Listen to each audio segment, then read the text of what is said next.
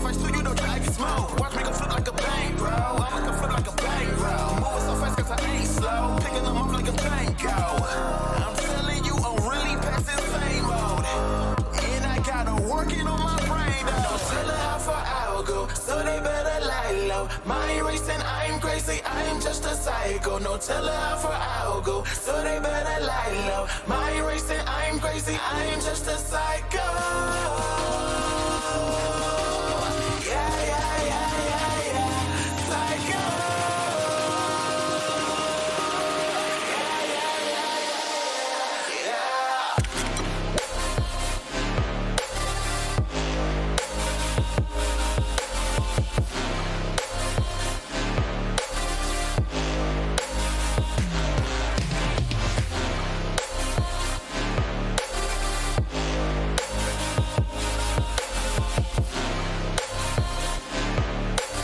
Mind racing, I'm crazy, I'm just a psycho.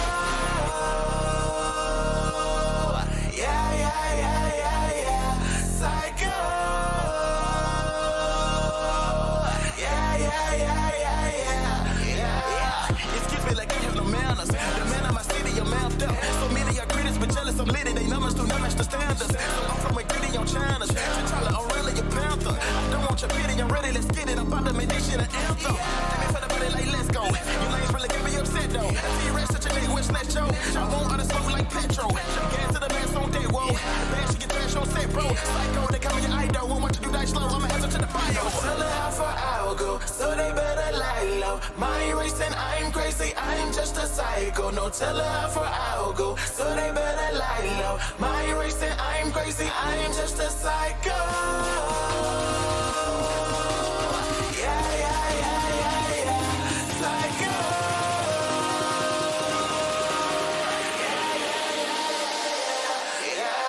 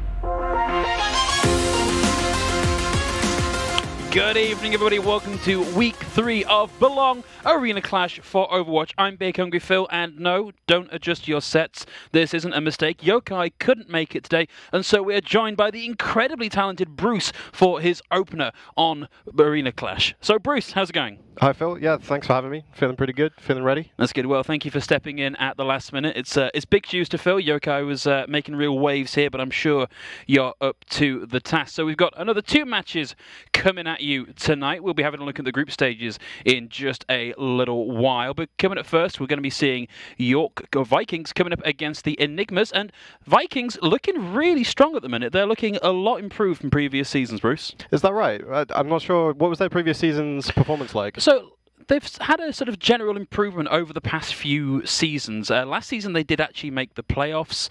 Season before that they were unable to make that. But this has them looking to be one of the strongest teams, certainly SR-wise, in their bracket and potentially in the whole of Arena Clash. But let's move over and have a look at the group stages. So moving into the tables, here's Group 1. Saints and Spartans currently sat at the top, and no real surprises there for us. These are two historically very strong teams, Bruce. Yeah, they're, well, historically, yeah, like you said, strong. Spartans winning the past 3 seasons. That's right, they completed the Grand Slam last year, and I think didn't drop a single map over the course of the season, completing that golden stage. New arenas, Bears and Spectres currently doing their best with a new environment and a new community.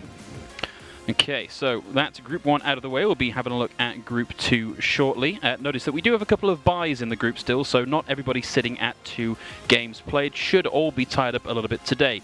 Looking at Group 2, Vikings, I mentioned at the top of the segment, looking very strong at the minute, currently sitting at that 2-played, 2-1 record. Steelers, last season's semi-finalist, having a little bit of a rough start, though. Yeah, that's a shame, but the Vikings must be feeling confident coming into this season. Like you said, they've put together a really strong roster, so I'm impressed by their results so far and interested to see how they do with the rest of the season. We're going to be seeing Vikings playing Enigmas in our opening match today, and I think this is potentially going to be a rough one for Enigmas. They're not a particularly high average SR, and they're going to be relying on Chico, who was previously flex DPS for Spartans, coming in and doing what they can to carry the team through. That's big for them. We'll see how they do.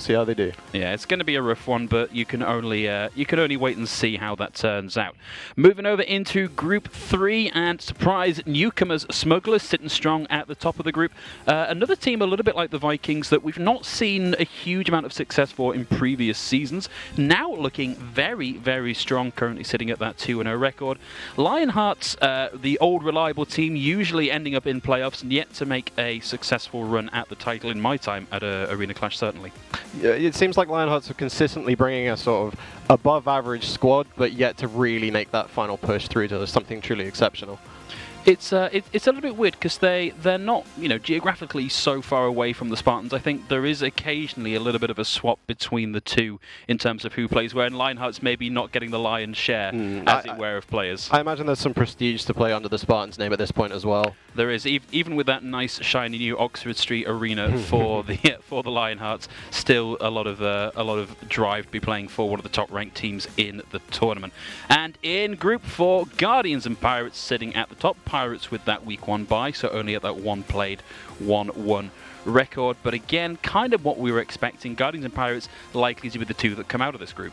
Yeah, Pirates also got some pedigree, as I remember. There's some strong names on there. I believe we've got a return of Padshak, who's played on Spartans as well before. Yeah. Padshak, I think, gave the that's it, I'm never coming back to Arena Clash ever again, and yet here he is back this season. So Pirates are a real contender, I think, to be coming up to the, at the very least, the semi-finals. They could go all the way to the finals this season. Hope to see if they can bring it back and get to another finals again. Because their name is already on that Arena Clash trophy, I think. It is, yeah. They won a few seasons, a couple of years ago now. It was before Spartans and Cardiff really started their dominant period. Well, it's good to see that you've been doing your research, Bruce. I was a little bit worried coming into this that you were completely new to the Arena Clash I'm a professional, Phil. I do my work.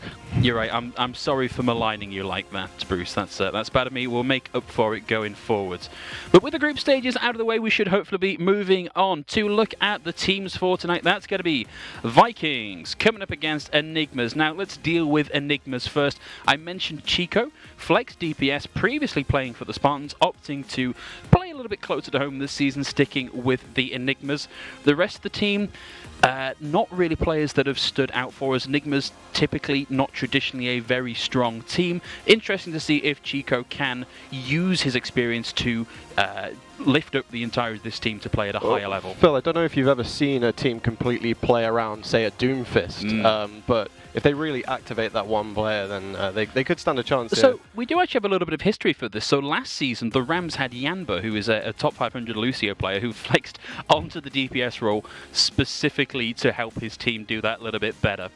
We didn't really get to see much of Rams outside of that first match because there's not a lot you can do. You can maybe get a win against the teams that you are evenly matched against, but when you're playing the teams with a high average SR, it's a little bit harder to make that work. Just touching very quickly on the Vikings, Wallaby, Jimbo, Fabrications, Kez, all players that we've seen a lot on this Vikings roster over the past couple of seasons. Wallaby in particular are a standout player, I believe. Yeah, correct? Absolutely. Wallaby, a standout player, not just just in Arena Clash, but on the ladder in general and in other tournaments throughout the UK. So definitely a player to be looking out for. Okay, well, I'm interested to see what this roster can bring and how this match is going to go. Good luck to the Enigmas for sure. I feel like they might need it. It's going to be a little bit of a tall order. Looking at the results from last week, there was a little bit of what we'd like to call 0-4 watch. I think there was only one team across both the Champions and Challengers rosters that didn't manage a 4-0 last week, and Vikings made that their second 4-0 in a row in Arena Clash. And if you just look at the raw SR, forgetting for a second what we know about specific players, you average that out, the Vikings have a big advantage coming into this match. So it is going to be a really hard time, I think, for the Enigmas. Well, we're in that sort of mid-season phase as well, aren't we? I think some of the seeding means that the standings are going to be a little lopsided at this point. We'll see. But yeah, so the first map we're going into Ilios, I believe? Right, yeah, we typically start on a control map, okay. And I believe it is our turn on Ilios this week. So a little bit of a fan favorite, particularly the one that springs to mind is, well, nice big pit in the middle, lots of space to play around for environmental kills. Hope we see some Lucio or some Orisa dunks down there. Well, we're almost definitely going to be seeing Lucio. Lucio has not had any time out of the meta for a number of years now. Orisa looking a little bit weak at the minute compared to, for example, D.Va. D.Va just provides so much more utility. You do occasionally see the Orisa subbed in for certain matchups, but you kind of need to have a read on your opponent first before you decide to run that Orisa. But you're right that we might see Orisa on well. It is one of the maps where we are a little bit more comfortable, but I think we're probably not going to be starting well today. My gut feeling is that we're probably going to be starting on Lighthouse, which is a little bit harder to play for environmental kills on. Certainly that Lucio can get environmental kills if you are poorly positioned, let's call it that. I like how sure you are of the starting point on this one. That's it shows your true skill as a caster. It's a skill that you develop over a number of years, and it's got absolutely nothing to do with the visibility of screens in the arena. Right, we're going to be starting off looking at Enigmas playing in the blue. Bunny coming in on the Ana, and this is not a particularly meta composition for either side here, but it's going to be Fabrications on the Farah getting the first kill. Mink 781 on the Lucio taken down, and without the ability to reposition around the team with the speed boost, suddenly things have gotten a little bit harder for the Enigmas. No follow-up kills just yet. Fabrications still on the lookout for something there, but with a pocket, that's going to be all that little bit easier. Wallaby has logged the legs, so we'll be able to reposition around that. Fabrications getting the second. Think we're going to see Vikings look and try and secure a few more kills before they cap the point here. Jimbo's dive onto the point, interrupted by the ice wall, and Fabrications coming in for cleanup. But we will see Twang manage to get Bovis down on the back end of the fight. Twang actually still alive and causing problems. Well, still alive and causing problems, now dead and having caused problems for themselves. Wallaby with the reposition onto the high ground for now. And you get the impression here that the Vikings are feeling very confident in this matchup. Locking the legs, playing Soldier 76 at this point in time in this meta. Almost a little bit of a disrespect play. We'll be coming in on the tactical visors soon. Fabrications with a barrage ready to go! Spots them all stuffed up in the high room. Is only able to get one. Twang managing to get one with the defense matrix. Zensetsu will find Jimbo. Wallaby with a very slow reposition. Don't worry, Wallaby, nobody caught that on stream. Looking at you fail your rocket jump. Vikings still in control of the point as we rack up to 50% here. And I just take a second to apologize for Bruce. It seems like he's just randomly lost his voice. So it might just be me on the mic for now. We'll bring him back in as soon as he's ready. But between that and a little bit of camera shyness, maybe you won't hear that much from him going forward. Now, Twang closing in on having the self-destruct here. And we don't have a lot of shielding online for Vikings, so that self-destruct is going to be particularly useful. Kez has thrown in one themselves and not quite able to find anything with it. Twang will get Bovis as we go down. Twang holding on to the self-destruct now. Daz taking a heavy position on the point, but going toe-to-toe with Kez. But in the meantime, Jimbo has managed to get the cleave onto Bunny, and Daz is just going to get pressured back off the map. Environmental kill by proxy. This is last fight territory for the Enigmas. They are going to have some tools to play with, but they've got to be careful because they're going to be running into a nano-boosted Winston, most likely, and Fabrications is a few direct rockets away from having that barrage online yet again. Eli gets onto the point. Will have... Oh no! Interrupted the high noon with the shatter. Zensetsu goes down. Daz with the dash, back onto point, can't find anything with the charge, wants to get in and brawl. Eli throws in the bomb, doesn't get the stick, gets sent over the side. Twang still going to be keeping this going for the team. Dips briefly off the point to try and preserve a little bit more of the mech. And then it's going to be Wallaby with a tactical visor to round out the fight. Objective secured, and the first point going over to the Vikings. So this is one of the things I was interested to see. So in my time casting, I have covered a few of Wallaby's matches in various tournaments over the year. And I feel like I've seen him play an awful lot of Ashe. And in this slightly more relaxed environment where he maybe doesn't have to worry about running that mirror matchup, I would like to see that coming out of him again, although maybe he's just enjoying the opportunity here to lock the legs. Maybe moving off the number 6 hero onto the number 7 hero, Genji. A lot of mobility to go with the dive comp that they've otherwise got coming out. It's maybe not a traditional dive, but potentially quite effective, particularly if Wallaby can set himself up to follow up on Jimbo's damage and get those dash resets and really start to clear things up. And I do want to see Zensetsu actually stick with this Doomfist here. I think the pick potential is really nice, but it's got to rely a lot on Zensetsu actually getting into position and finding a vulnerable target. So getting in on Pink with cooldowns off, getting in on Bovis, maybe where Bovis can't retreat quickly to the safety of their own team. We are going to see Fabrication starting out on the Widow. Can't quite find an angle onto anybody yet. Wallaby dashes away from the Doomfist, and Zensetsu gets out with a 2 out 1 in Doomfist Classic. Will take a little damage. Punches out, not able to find anything. Eli drops to the low ground. Going to be looking to maybe wrap around and contest the Ana, but that's a difficult matchup, potentially. Well, Wallaby with a dash, closing in on halfway towards getting this Dragon Blade, but it's going to be Zensetsu who gets the opening kill, and with a bit of help from the flashbang, it's going to be Jimbo going down. Daz, hard shielding on the point, opting to come in and swing. Cares in a bit of trouble. Fabrication's actually being really hassled here by Twang, but Twang will have a bit of a power nap. Daz able to clean up and get a second. Pink finds Mink. It's going to be Daz on the point with the Shatter ready to go. They are going to get the opening cap here. Out comes the Shatter, interrupts the Nanobladed Genji. Down goes Wallaby as well. Wallaby will be coming out of that with a dragon of their own, but that was a great investment of an ultimate just to completely shut down the value from the Nanoblade. Eli's going to have the High Noon ready to go here as well, which, even if he can't get kills, can buy you a huge amount of space. And at the minute, Vikings don't really have much to interrupt that unless they can land a key headshot, they can land a key sleep, or just go for a big reposition onto him. But it's dangerous to close the distance, because the closer you get, the more likely that McCree is to pull the Deadeye. Wallaby dashes in, gets the reset, gets the ultimate going. Swinging the Weeb Stick, can't find anything just yet. Jimbo's going to open things up with a kill onto Mink, and Zensetsu able to get Wallaby in the middle of that Dragon Blade. So that's going to be 2-0 for ultimates invested onto or by Wallaby, but Vikings looking like they're about ready to clean up here. Fabrications with a swap over onto the McCree, starting to do some damage. In comes the Meteor Strike, out comes the Flashbang, down goes the Doomfist. Still good amount of capture progress here for the Enigmas, almost hitting 50%. It's a shame Zensetsu threw in that ultimate at the end. There would have been nice to use that as an initiation tool, maybe to take Pink out of the equation here.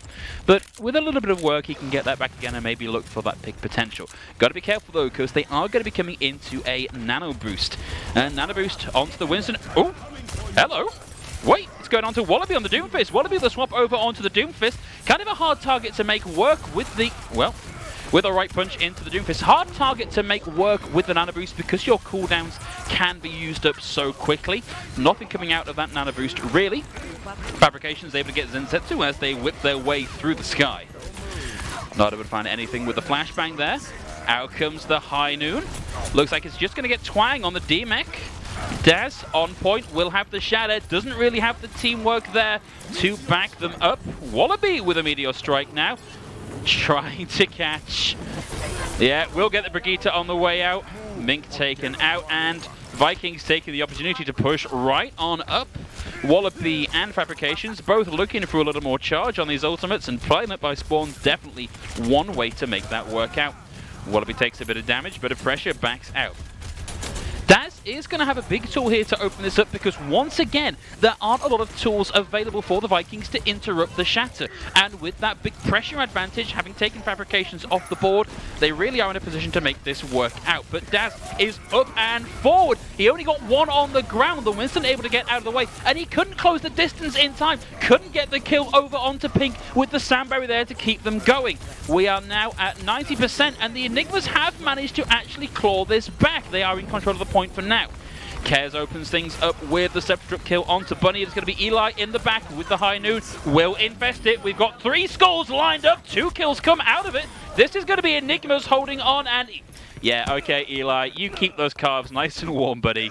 That's enough, I think. You know, tactical calisthenics are all well and good, but you don't want to invest too much time into them. Well, Zensetsu back out again. And Vikings once more in this position of only having the nano boost. So we did see the Primal Rage come out. In fact, a lot thrown in there. But it's going to be Wallaby that gets the nano boost once again. But he gets stunned, and he gets focused, and he gets taken right down. Enigmas are in with a real chance of taking this point here, because we are in last fight territory. They don't have any ults to work with. They may get Twang self-destruct on board, but Vikings need to get in and contest. They will just tag in with Bovis on the Lucio, but Zensetsu is able to take them out with the punch. And this is looking pretty good now. Self-destruct going to be coming in as a bit of a Hail Mary play, but it's too high, it's too wide, it doesn't find anything. Wallaby tagging into the back line. It's going to receive the anti-nade. Desperately trying to focus down on McCree, or an Anna can't quite find the kill there. And in the meantime, Enigmas are the ones that are making the kills happen. Jimbo taken down. It's going to be up to Wallaby to tag in and out of the point. It's just not going to be enough. Zensetsu, a real threat on this Doomfist right now. It seemed for a little while there that like Vikings really had the upper hand, and I think they did a lot of, let's call them questionable swaps. Swaps to... No, let's call that questionable to start with. Running the Genji is always a suboptimal pick here, unless you are really confident in your Genji abilities. And I think Vikings may have made a little bit of an incorrect read here. They thought that they were coming into an incredibly easy matchup, and they decided to run slightly trollish picks, and they've been punished for it by having 1 point taken away from them on Oasis. And I was very impressed there with Zensetsu's ability on the Doomfist, particularly towards the back end. They're able to punish those respawns incredibly quickly. So what we've got coming out from Vikings here seems a little more solid in my mind. We don't often see a lot of Hanzo here, but it can get a lot of picks in the right situation. But I do like the Pharah Mercy combo here. Enigmas will have a little bit of threat there to help them take some of this pressure off them. Eli here will need to keep his head on a swivel in order to take Fabrications out of the game. Zensetsu is going to take a lot of poke damage on the way in during the rotation. And Wallaby just randomly spamming doors and finding kills. Eli goes down, and with the main force of damage and pressure off the board for the Enigmas, the Vikings are going to get an early, easy first cap. And they come out of that with the barrage pretty much on board. Seen some swaps coming through from the Enigmas. Eli swapping over to a Pharah of his own. There we go. Mink with the swap over onto the Mercy. Did think we weren't going to get that first off. If you're going to be running the Pharah Mercy mirror, or if you're going to be running the Pharah mirror, you've got to have the Mercy with you to make that completely even. Otherwise, you've just got no hope in hell of taking that matchup. Fabrication's going to have the barrage ready to go. Looking to get right up into the face and throw it both into the flying threat of the Enigmas. Mink and Eli taken down. Good value from that ultimate. Daz goes down as well. Wallaby with the reposition around the right-hand side. Throws in the Sonic Arrow. Can't find the threat. And probably want to hold on to this ultimate just a little bit longer. Catch them all grouped up together. A lot of spam damage coming in from Eli, but with Jimbo able to almost continuously have this shield presence, it means that those rockets aren't finding the charge they might like. And he's in very real danger here of Fabrications lapping him on this ult charge. Pink will again have the nano boost ready to go, although I'm not entirely sure who you put that onto here. Oh, we're going to see that go on to Fabrications, not surprisingly. And then 1 kill coming on board for that. And tactical reset from Twang. I think... Wait, did Bunny? I think Bunny threw the nano boost onto Mink there. Not entirely sure if that was intentional. Doesn't seem to be the most aggressive Mercy they've seen so far today. Twang's going to swap over onto the Roadhog. Maybe looking to get a little bit of advantage from playing over in the pits. Kez throwing the self-destruct into the backline, isn't able to find anything. Enigmas have 1 go at making this work. Daz and Twang now in a position to at least get this contest going with some tank presence. And Zensetsu, the second he pops his head around the corner, is taken out, and now they're coming into not just a barrage, but a supercharger boosted barrage. An extra 50% damage is a difficult thing to really come back from, and as the final kills tick up, that's going to be Vikings taking Ilios 2-1. Now, Bruce, I know that you've been a little bit slow on the analyst desk there for now. So I won't, maybe I'll give you a bit of slack and won't ask you what you thought of that match, but it feels to me like we're seeing a tale of two very different levels of team here. We saw some very strong moments, particularly from Zensetsu. I think Zensetsu on the Doomfist found a lot of value, particularly on Ruins, but by the time we came into looking at what was going to happen on Well, suddenly that Doomfist pick becomes a lot harder to use. The high ground to low ground transitions are far fewer in that position. And so it really just didn't work out for them. But, you know, we were talking, Yokai and I, last week about having a button on the desk for Controller's Chaos Control doesn't really mean all that much. And I have taken a little bit of flack on Twitter for saying I really don't think control matters all that much. But, you know, that was actually a stronger showing from the Enigmas than we were really expecting. We were expecting to see Vikings just completely walk over them. And that wasn't what happened at all. Whether that was down to strange picks from the Vikings or just genuinely impressive play from the Enigmas, I'll leave in the hands of the viewer to decide. But as we move away from that slightly more chaotic map type into our hybrid payload assault maps, if it goes that far, then we will see whether or not Enigmas can really make that work in their favour. We are going to be going over to our assault map next, and it's a map that I don't think any of us have seen in a little while. We're going over to Horizon Lunar Colony, which has been out of rotation on the map pool for what feels like forever at this point. I feel like it's been years and years and years since I played Horizon Lunar Colony, so it'd be nice to see that back in the rotation. But what I want to see coming out from Enigmas here is there is a reason why the meta is what the meta is at the minute, running the Mei, the McCree, the Diva, the Reinhardt, you know, and it's a composition. All of these meta compositions are compositions where the synergy between the different elements just fits together so incredibly easily. And I kind of want to see them run that here just to give Vikings a little more to think about. I think Vikings can afford to be a little bit more flexible. I think we might see Wallaby, particularly on the defense, running the Ashe here. Certainly a hero that's stuck with me from having seen them play previously. But excuse me, note from our producer there, we should be about 30 seconds away from starting, so I'll give your ears a rest very shortly, Bruce. But what I want to see from the Enigmas is slow and steady. Let's play the meta. Let's figure out how to make this fit together. Vikings, I think we can see pretty much anything from them, and I do want to see anything from them, frankly. I'd like to see something a little bit wonky. I think they have the skills to make that work. But as we're coming into Horizon Lunar Colony, I can stop blabbering at you, and we'll be moving over and see what we've got to run in this.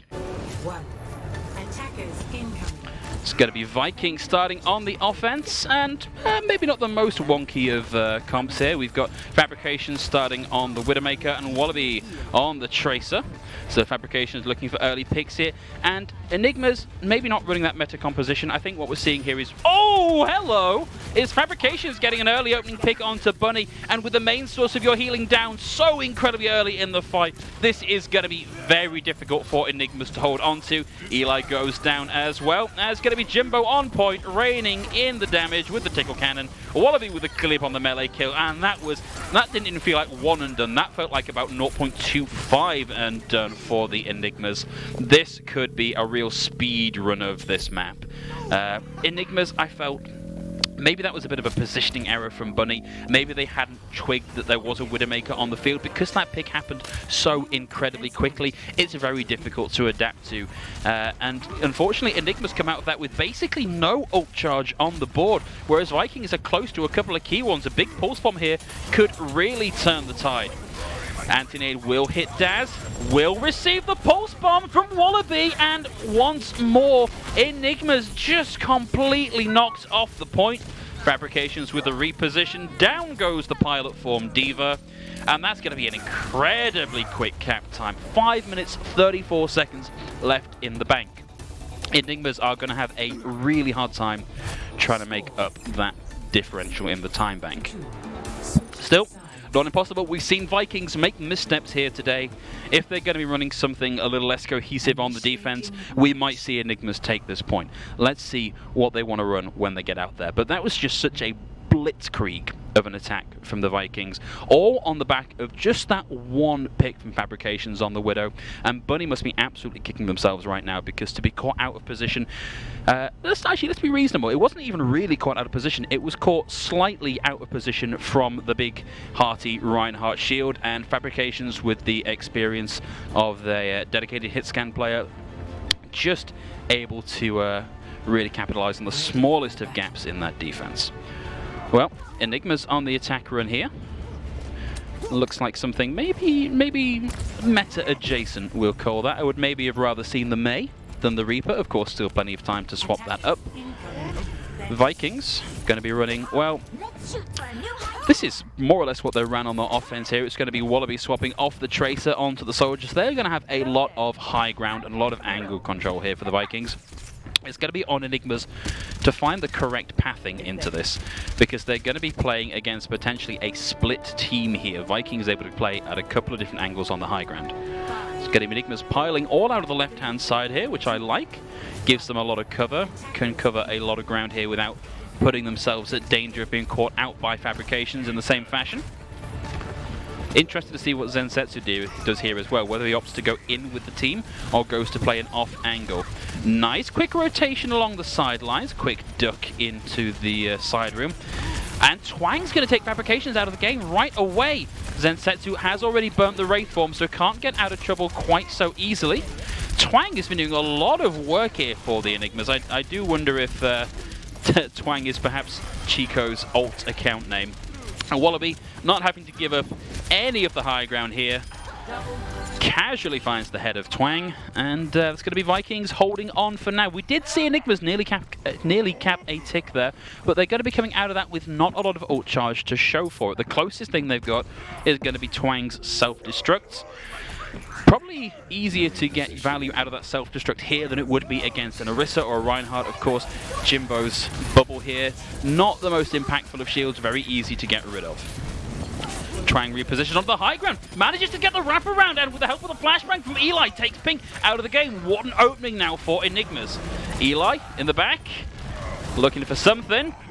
Big charge comes out of Dez, but Jimbo with that meaty health pool coming in from the Primal Rage form, it means that he's not really going to suffer too many after effects of being slammed into the wall. Wallaby with a quick double, returns to the high ground, throws in the rocket, and we'll just pop the tactical visor here for good measure. A lot of that is going into the shields, but it will get the kill onto the Lucio, and it's just going to be Daz taken out with a Helix rocket to round things out. Again, Enigma's nearly at that point where they got a tick on the board.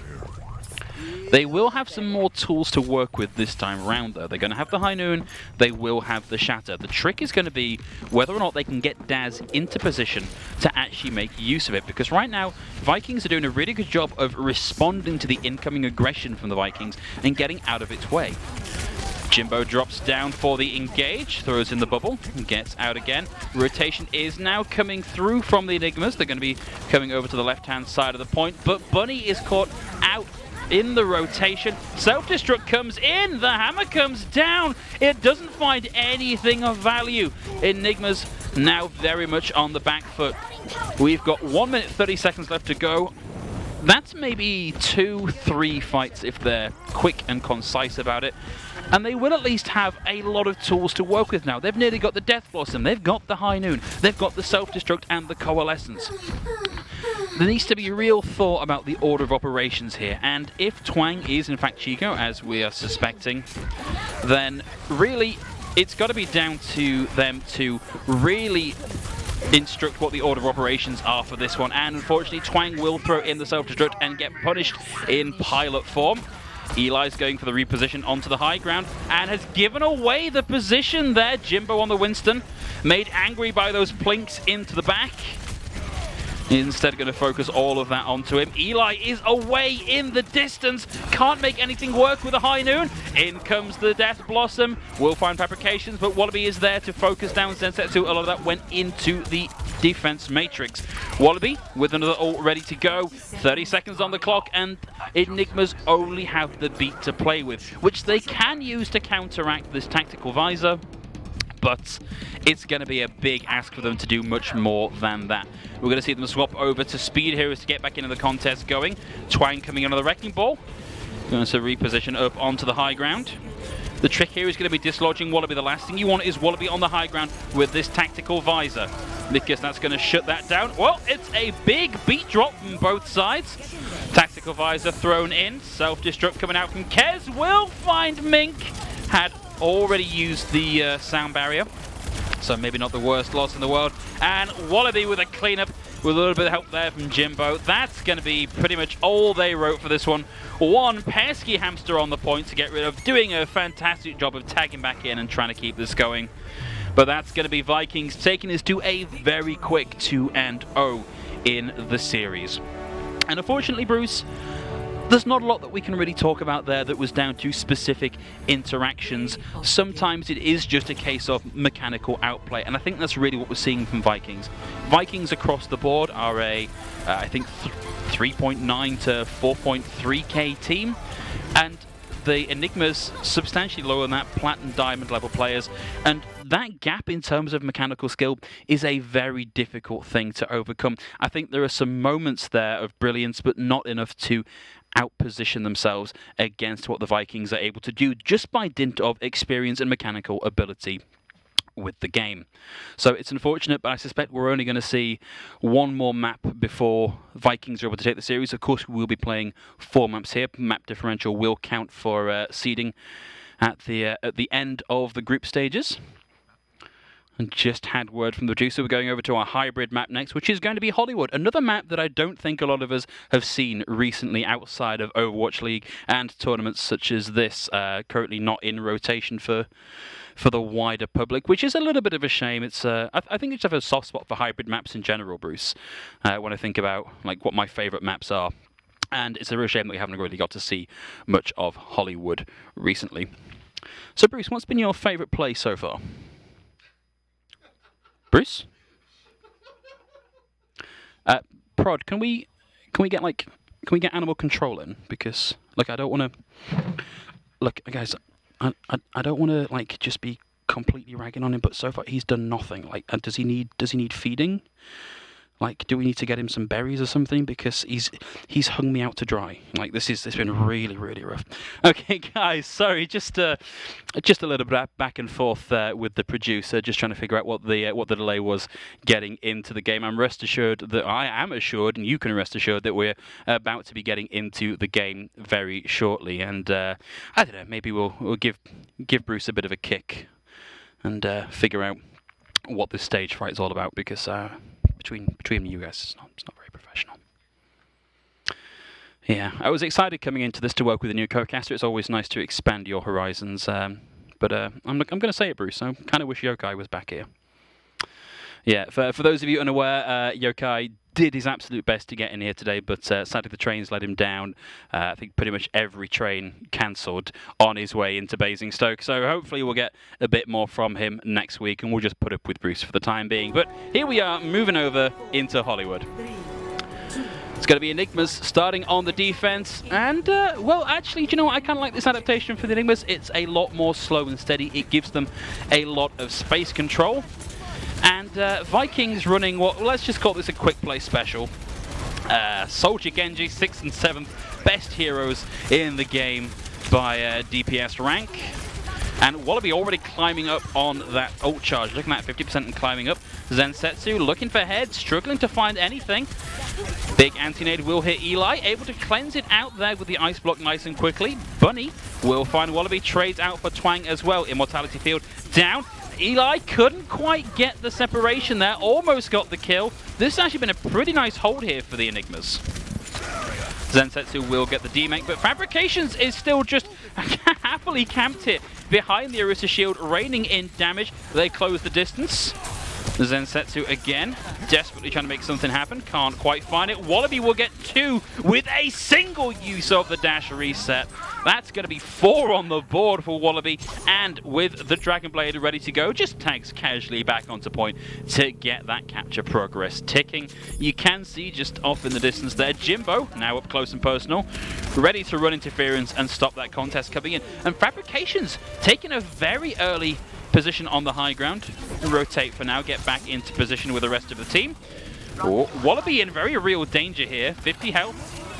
Out comes the Dragon Blade, and as the wall comes up, Eli on the May goes down. Dash comes out, and it's going to be a second for Wallaby. High Noon comes out, it's going to get eaten by the defense matrix.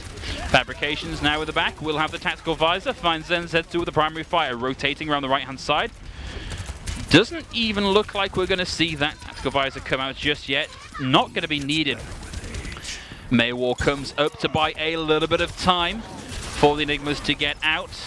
But of course, Wallaby with the aggression, with the mobility, with the dash resets, able to get in there and really start to make things difficult. And I think we're seeing Fabrications looking for that slow ride up to the high ground to take control with the tactical visor. Yeah, there we go.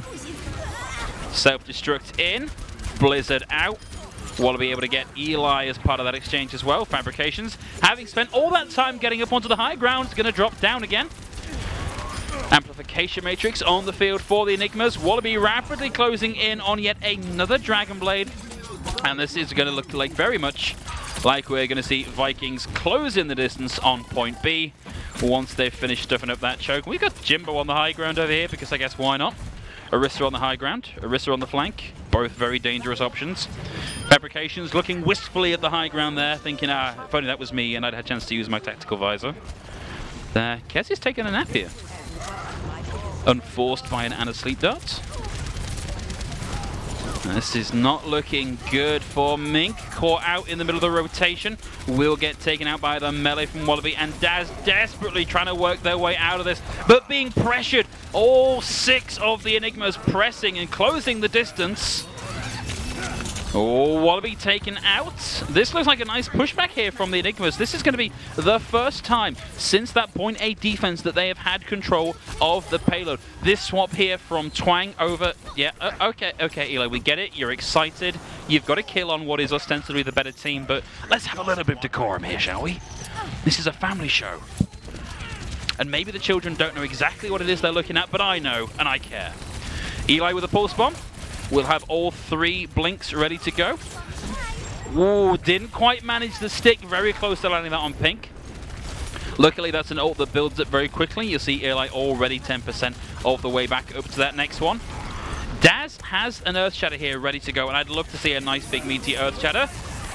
Out comes the Dragon Blade, down goes the Immortality Field, and it's the Shatter coming out from Daz. It puts Wallaby on the ground so that nothing really came out of that Dragon Blade. Zensetsu now, waiting out as much of that overshield as possible. Can't find anything. Gets grabbed out of the way and following up on that combo. Got a lot of shields out of that though, so a lot of damage done. Eli now closing in on over 3/4 of his ultimate ready to go. And they're going to be coming into not a lot of ultimates, really. Vikings only have Kez's self-destruct to go, and Twang has a Graviton Surge ready to go. So that interaction between the Zarya and the D.Va is what you've got to look out for. Kez yeets in the bomb, and it's only going to find the Immortality Field, and they're able to heal up so quickly, it may as well not have happened. Twang throws in the Graviton Surge. It's a big one. It locks them up. Out comes the Pulse Bomb, taking down 2. Eli and Twang with a beautiful combo to win out this team fight. Eli with the rewind. We'll just get those last 2 with a little bit of help there from Zensetsu, and Enigmas look like they finally have a handle on this. I think what we're seeing here is Zensetsu very, very comfortable on the Doomfist, less comfortable on the May or the McCree. And when you are in this sort of matchup where you're coming up against a team that has a clear SR advantage, playing your comfort picks, playing your best heroes is often the best way to do it. I'm going to see an early 2 kills on the board there. Zensetsu and Daz and Mink down, and that stronghold that we just saw from the Enigmas rapidly disintegrating. It's going to be Wallaby on the McCree looking to take out the pesky Tracer. Certainly one of the better ways to deal with that. If you can land a flashbang. Who needs a flashbang? Just throw in the right clicks, find the head, and take him out of the fight. Interesting that we're going to see fabrications on the Ash rather than Wallaby. It's not the way around I would have predicted it. Wallaby with a high noon. Had 3 in the lineup. Can't quite secure the kill, but will find Mink. Shatter comes out. Looks like it's not found a huge amount. Mink's going to get 1 on the kill feed. Immortality field up early, but it looks like it was yeeted along into the back line. Didn't do what it was supposed to be doing there. Daz is going to get the better of Jimbo, walking past the shield and swinging the hammer. Eli with the fight back. Zensetsu gets slapped in the middle of it. Will have the ultimate ready to go, but Enigmas look like they're into cleanup mode now. A beautiful retake of the payload and more time burn off the clock. Vikings came into this with, I think, nearly 4 minutes on the clock. They're down to 1 minute 16 seconds as of the time of reporting. This has been a much better hold for the Enigmas than I was really expecting. Well, out comes the Bob. 7th man on the field, everybody. Fabrications looking to make something work. We got the nano boost into the Bob there as well, I think. And that's going to be 3 kills for the Vikings. Starting to close the distance now. Fabrications has the high ground, throws in the fire. Can't find anything with it just yet. Wallaby's going to get Zensetsu. Graviton Surge is going to come out. Wallaby finds 1 with the high noon. Daz takes Fabrications off the field for now. Shatter comes out. It's good. It hits 2. Daz able to clean up on 1. Twang with a high charge takes Kez out of the game entirely. This is looking pretty good for a hold here from Enigmas. Only 30 seconds left to go on the clock, and the respawns are very heavily in their favor. Enigma's not going to have any tools to work with.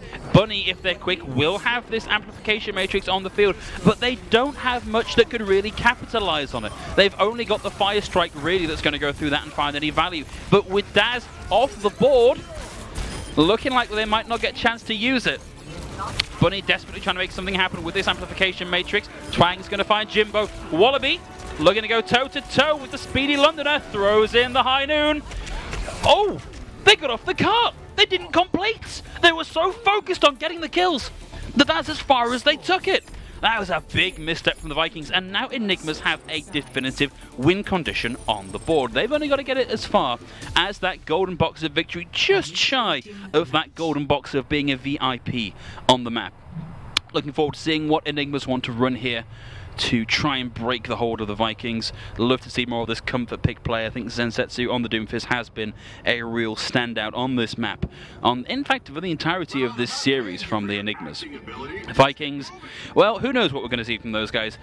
I think, by and large, the tank line and the support line have remained pretty consistent, and it's just Fabrications and Wallaby playing fast and loose with the DPS here. I'm a little bit surprised we haven't seen a Torb yet. I reckon if it's going to be anywhere, it was going to be here. Doesn't look like that's going to happen, though. Vikings starting out on the defense this time. Fabrications on the McCree. Wallaby on the Soldier. And Enigmas running kind of what was working for them in that last round, assuming this is what comes out of spawn. The Doomfist and the Tracer. Certainly a lot of confusion in the mix. You know, a nice amount of synergy there with the Zarya as well. Able to protect them in the middle of some of that dive. Of course, we're not playing with the experimental Zarya where everybody gets the bubble. Maybe at some point in the future. We'll see main tank Zarya. Well, Vikings are going to be looked to be getting an early Fire Strike here. Comes in through the door. Also trying to get an early Helix Rocket. Looks like they didn't connect though, neither of those. Daz hopping his way forward, closing the distance. Early bubble comes out from Twang. Might have been a little bit too early, didn't see a huge amount of charge come into that. Daz in a very real danger of losing the shield here. And Zensetsu goes for an early engage, instead gets punished by Pink.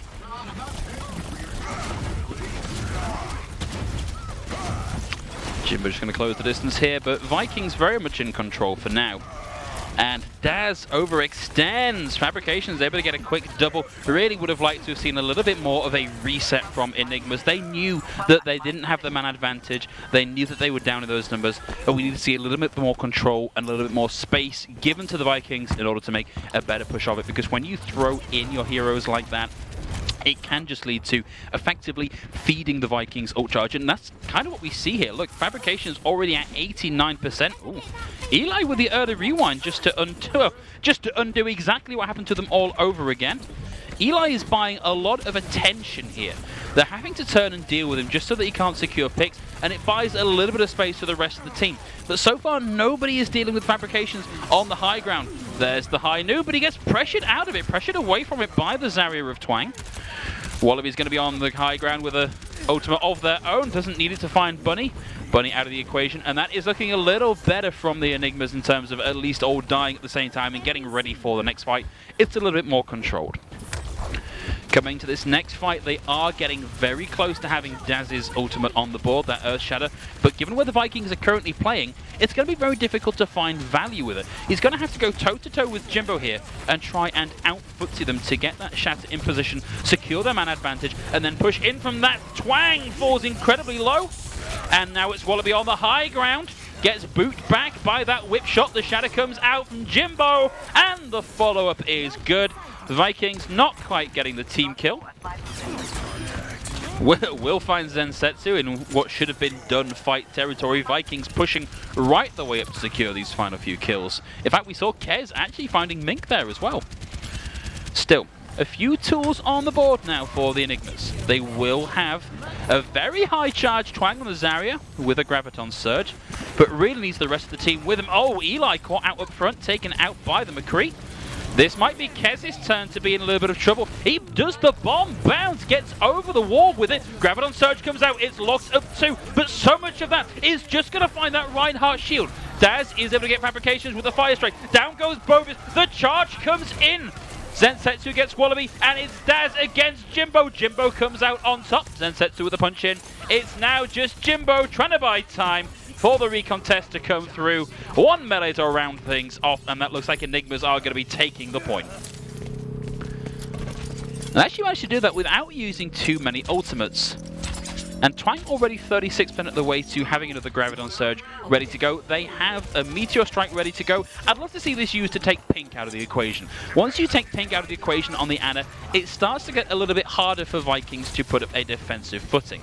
And Zensetsu can do that with relative ease. Charges in the full width of the punch, can't quite find a target with it, and will be going toe-to-toe with Fabrications. A little bit of a perspective swap there. Fabrications eye view as they get the melee kill onto Zensetsu, and Vikings, knowing they've got the man advantage, start to push. Wallaby is going to have the tactical visor ready to go. Shadow thrown in by Jimbo as well. No kills out of the tactical visor though, does a little bit of body damage and allows the rest of the team to get in and sweep up the kills. I really want to see Enigmas hold on to this. If they can do this carefully, they've got a very good win condition on their hand. They're about to get the Graviton Surge, and a Grab Dragon combo, whether that's the Dragon Blade or the Dragon Strike, is a pretty good way of mopping up a team. But it's got to be very calm, it's got to be very coordinated. They've got to make sure that Graviton Surge, when it's on the line, does not get eaten by Kez on the D.Va. I don't think we've seen too many D.Va ultimate eats just yet. And unfortunately, Twang dies just before that comes online. And that's kind of unfortunate here. The Enigmas are being held right at spawn. And it's going to be very difficult to break the momentum up. We need to see Zensetsu use this Meteor Strike to get something done. We need a pick. And once they've got that pick, they can start to aggress in. In comes the Dragon Blade. Looking for one. Out comes the Graviton Surge as well. Didn't see where that... There's the Graviton Surge, sorry. It locks up two. It gets Wallaby with a Nano Visor, and that's going to be 3 kills on the board for the Enigmas. Vikings may have overstayed their welcome at the spawn doors. And Zensetsu is still going to be holding on to their Meteor Strike as they come toe-to-toe with Fabrications, or should I say, chin to fist with Fabrications, taken out of the fight. Eli has gone for the swap now, back over onto the Tracer. Wants to make a little bit more of a nuisance of themselves than they could with the Genji. Kez here on the sidelines looking for a cheeky round the corner bomb. Now less than a minute on the clock. Could be difficult to get a lot of value out of that. Kez does get spotted out. Wallaby with another tactical visor is going to find Eli through the amplification, through the immortality field. Shadow comes out from Jimbo, puts a few on the ground. Nothing out of that self-destruct either. You didn't really need it. The team kill bell was already on its way to being rung. So, 30 seconds left to go on the clock. Zensetsu still with his Meteor Strike. Daz with an Earth Shadow ready to go. Nothing available for the Vikings just yet. Eli will swap over onto the Mei. Walls here can do a lot to split up this team for the Vikings. But we are going to be having most, if not all, of this payload progress in overtime. Daz with a cheeky rotation will come toe-to-toe with Jimbo and gets focused down. Had that ready to go. Zensetsu's only going to find Wallaby with that Meteor Strike. Fabrications on the job with the roll of the flashbang and the right click. Eli really coming alive here. Gets 2, secures the separation with the wall. Not quite going to have anything to duck out of the way of some of this, and they were so close to having the Blizzard online. Will the contest come through? No, it's too little, too late. Just a few seconds longer, that Blizzard would have bought so much time for the recontest to come through. But that's going to be Vikings, taking us to 3-0 in the series. Let's have a quick look at this play of the game from Fabrications. I'm guessing it's going to... Oh, do you know what? It's not going to be a tactical visor. Capitalizing on a big... Or, do you know what? Do you know what, Fabrications? I think you stole Wallaby's play of the game there, frankly. I think that was Wallaby's play of the game. That was all Genji in the kill feed, so greedy Wallaby. So yeah, that's what I was saying. 3-0 in the series of Vikings, more or less what we thought coming into this. Some very, very strong moments from the Enigmas, but just not enough to overcome what the Vikings are able to pull out with their increased experience, their increased SR, their increased mechanical ability. We are, of course, going to play one more map, and as it's map 4 and Vikings are confident in the win, this may be where we finally start to see a little bit of that silly seasoning sprinkled over our main course Overwatch today. Maybe we'll finally see that Torb on the field. Would like to see some Wallaby Ash. It's always been a personal favourite of mine. But yeah, one more map to go, because of course the map points will count when we decide who sits where in the seeding. Just getting word from our producer as to where we're going to be going next. Havana next, so our payload map for today. Havana, yeah, which is one of the ones that we will have seen a lot, of course, in our ladder games, not currently locked from play. And, well, to be honest, if there was any map you were going to run a Torb on defense, this point 8 defense, nice long sight lines down main road for that turret to find some value, probably where we're going to see it. Of course, a little hard to predict just now, wouldn't you say? No? Still nothing? This guy. Unprofessional, frankly. Anyway, hopefully about to take you into our map. I believe we're just setting up and getting ready to go.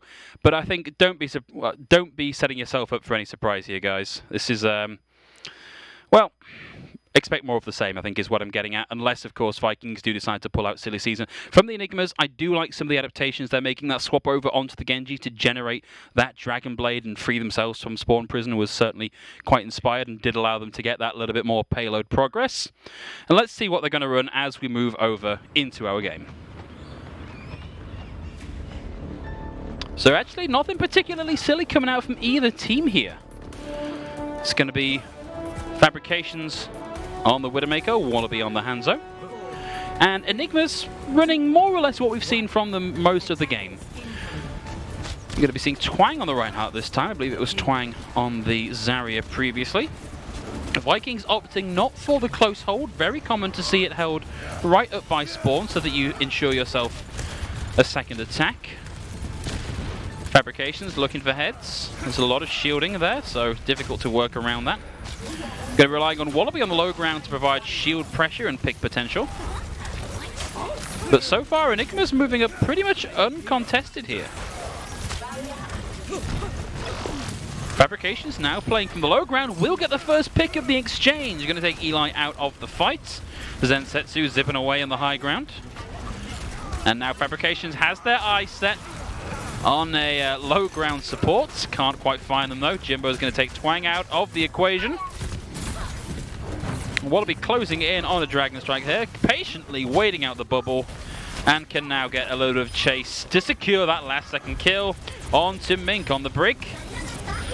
Daz very close to getting away with a lot of that charge, sadly caught out of position. Will be halfway towards the Graviton Surge, one of the slower charging ultimates in the game. And now they're playing a little bit more aggressively. Playing down main, where previously they were playing up by the top. Dragon is thrown in, doesn't catch anybody, but will isolate Eli. But Hate to break it to you, Eli, that big red wall is going to tell people where you are. And once more back up onto cleanup duty for the Vikings, and with those Widow sights up, they were of course able to catch all those rotations. Wallaby not quite able to get the kill onto Bunny, who will have their ultimate ready to go in the next one.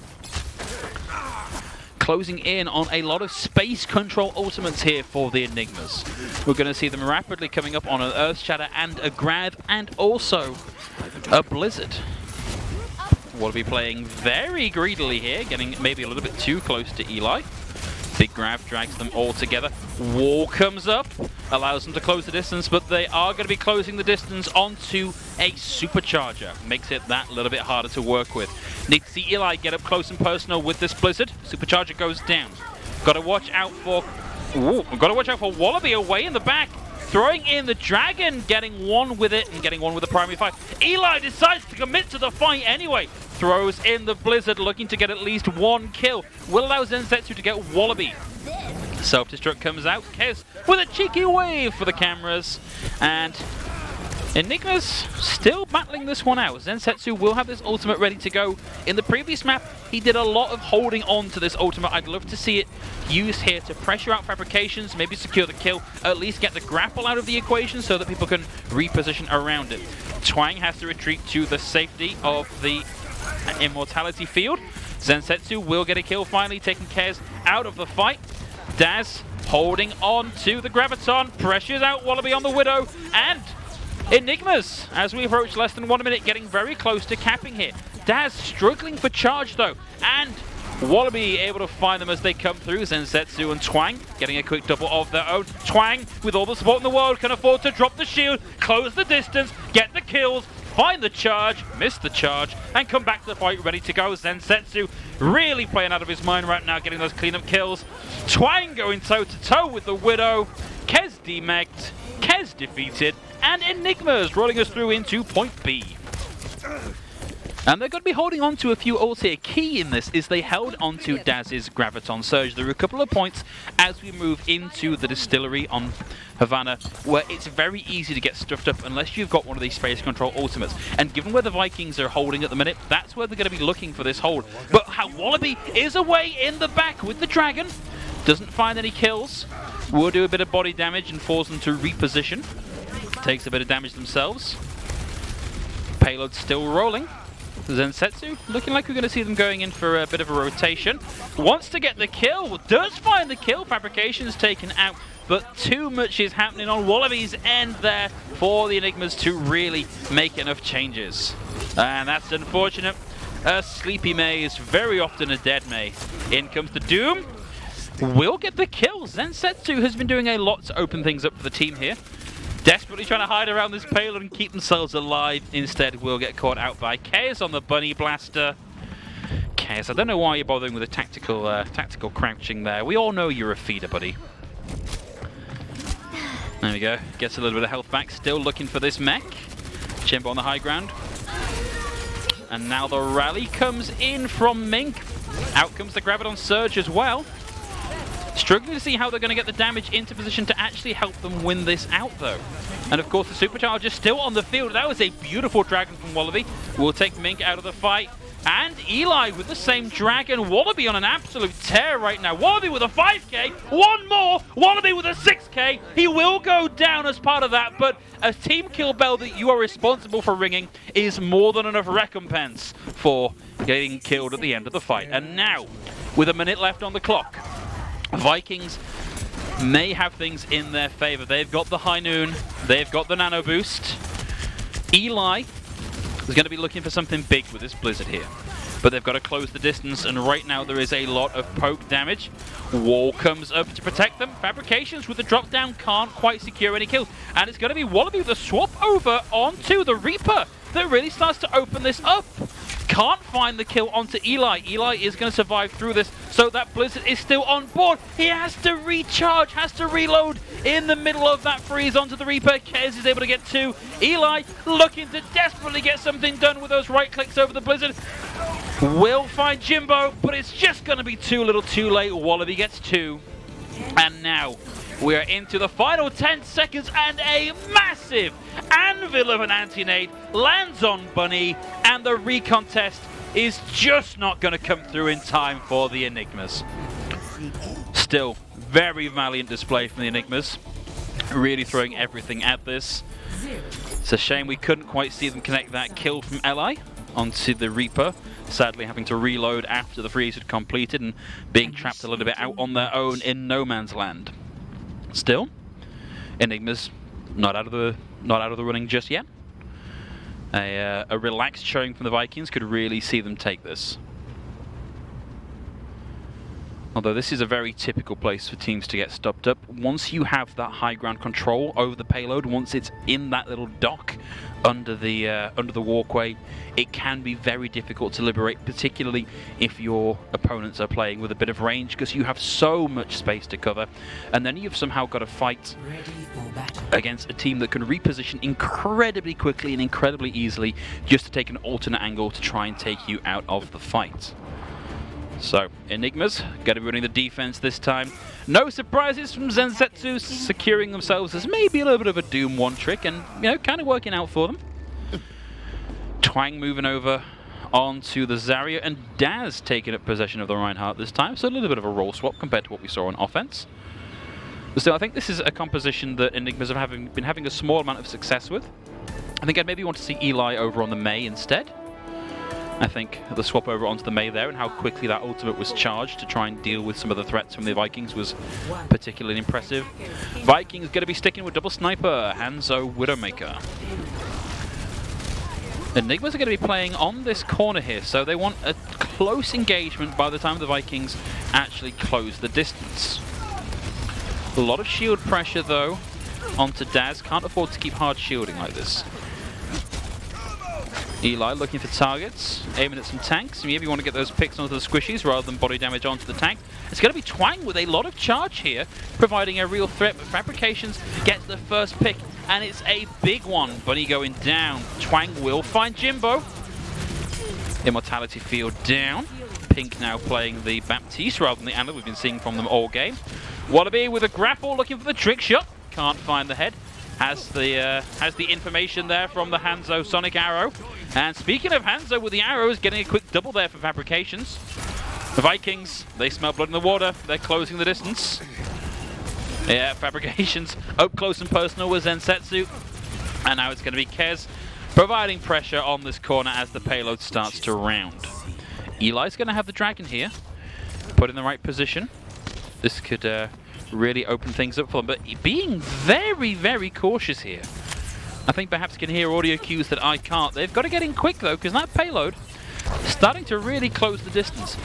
Maybe they're looking for that Grav Dragon combo. Twang will have that online, and provided they can get in around Kez's Grav, around Kez's defense matrix, they're in a very good position here.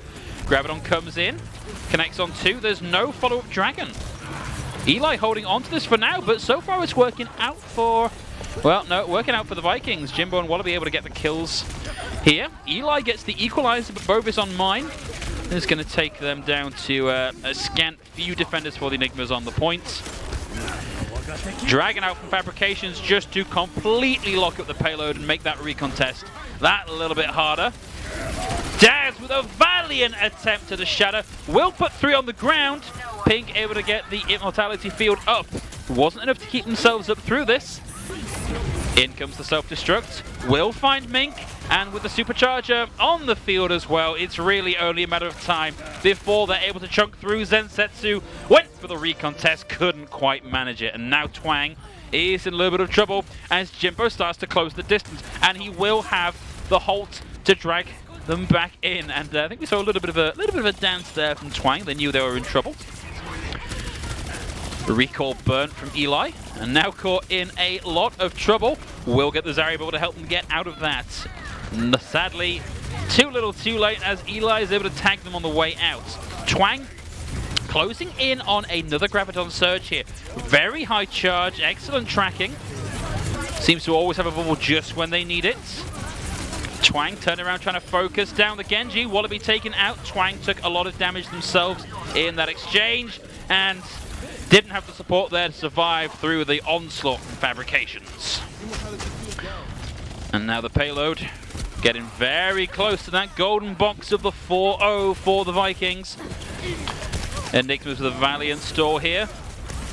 Zensetsu throws in the Meteor Strike, but finds nothing but a lot of overshield from that sound barrier. Fabrication's gonna close things out with the Dragon here, can completely lock up the payload, stop the recon test coming through.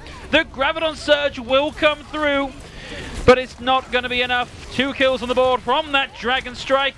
Fabrication's looking for a third. Deep into the cubby, toe-to-toe with Daz. Jimbo gets the kill credit. Recontest is here. The speed heroes on the board for the Enigmas, but it's got to go 0.3 meters, and that's going to be all we see from that matchup. A valiant effort once more from the Enigmas. The Vikings looking too good right now to be derailed. Play of the game. One more time there, Bruce. Anything? Anything at all? Want to talk us through the play of the game? It's a big one. It's a dragon. You can see the no, nothing at all. All right, well. We may have a chat during the break about what the correct way to handle this situation is. That's unfortunately all that we are going to have from the Enigmas versus the Vikings. I think considering the SR hole that the Enigmas were in relative to the Vikings, they put up a phenomenally good showing, but the Vikings really just have too much momentum on their side. And you kind of got the impression from time to time that the Vikings were playing with Enigmas a little bit with some of the picks they were making. Certainly a lot more soldier coming out than I'd really expect from a team of this SR. But they were able to make it work, so fair play to the Vikings for that one.